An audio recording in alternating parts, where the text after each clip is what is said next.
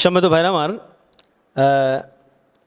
একজন ভাই প্রশ্ন করেছেন যে চোখের দৃষ্টিশক্তি আসলে কমে যায় কিভাবে এত তাড়াতাড়ি। আমার বয়স 50-55, তারপরও আমি কেমন যেন চশমা ছাড়া দেখতে পাই না, দূরে কিছু দেখতে পাই না, ঝাপসা ঝাপসা লাগে।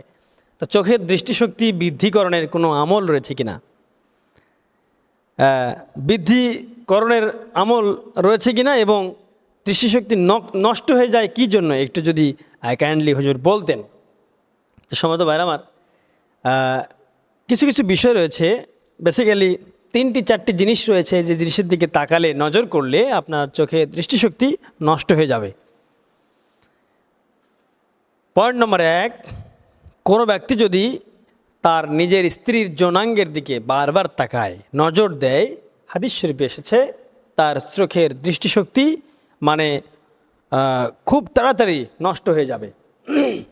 অনেকে এগুলো করে থাকে, অনেকে এটা করে, যার জন্য আমরা যারা শুনতেছি ভিডিওগুলো বা আমরা যে আলোচনা যেটা শুনছি, অবশ্যই আমরা চেষ্টা করব এই দৃষ্টি যেন আমরা সেই জায়গায় না দিই। তাহলে 1 নম্বর কি, স্ত্রীর যৌনাঙ্গে, স্ত্রীর লজ্জাস্থানে যদি কোনো ব্যক্তি বেশি বেশি তাকায়, দেখে, তাহলে তার চোখের দৃষ্টিশক্তি নষ্ট হয়ে যাবে। একেবারে নষ্ট হবে না, ধীরে ধীরে নষ্ট হয়ে যাবে, অতি তাড়াতাড়ি নষ্ট হয়ে যাবে।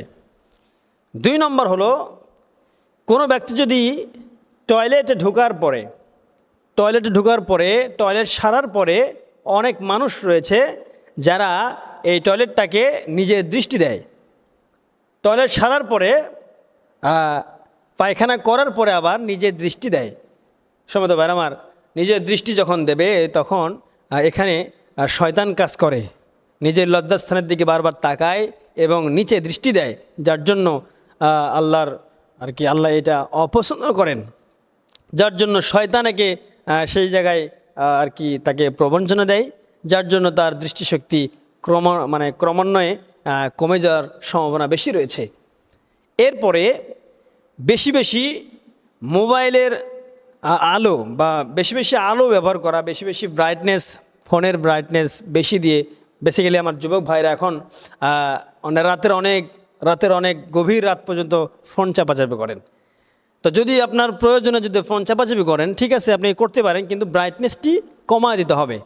আর অনেকে রয়েছে ব্রাইটনেসটা একদম ফুল দিয়ে দেয়। এই চোখের লেন্সের উপরে যখন আলোর প্রভাবটা পড়ে, তখন চোখের দৃষ্টিশক্তি নষ্ট হয়ে যাওয়ার খুব বেশি সম্ভাবনা রয়েছে। আসুন আমরা এই জিনিসগুলো থেকে আমরা যেন বিরত থাকতে পারি। আল্লাহ রাব্বুল আমিন আমাদেরকে তৌফিক দান করুন। আসসালামু আলাইকুম ওয়া রাহমাতুল্লাহি ওয়া বারাকাতুহু।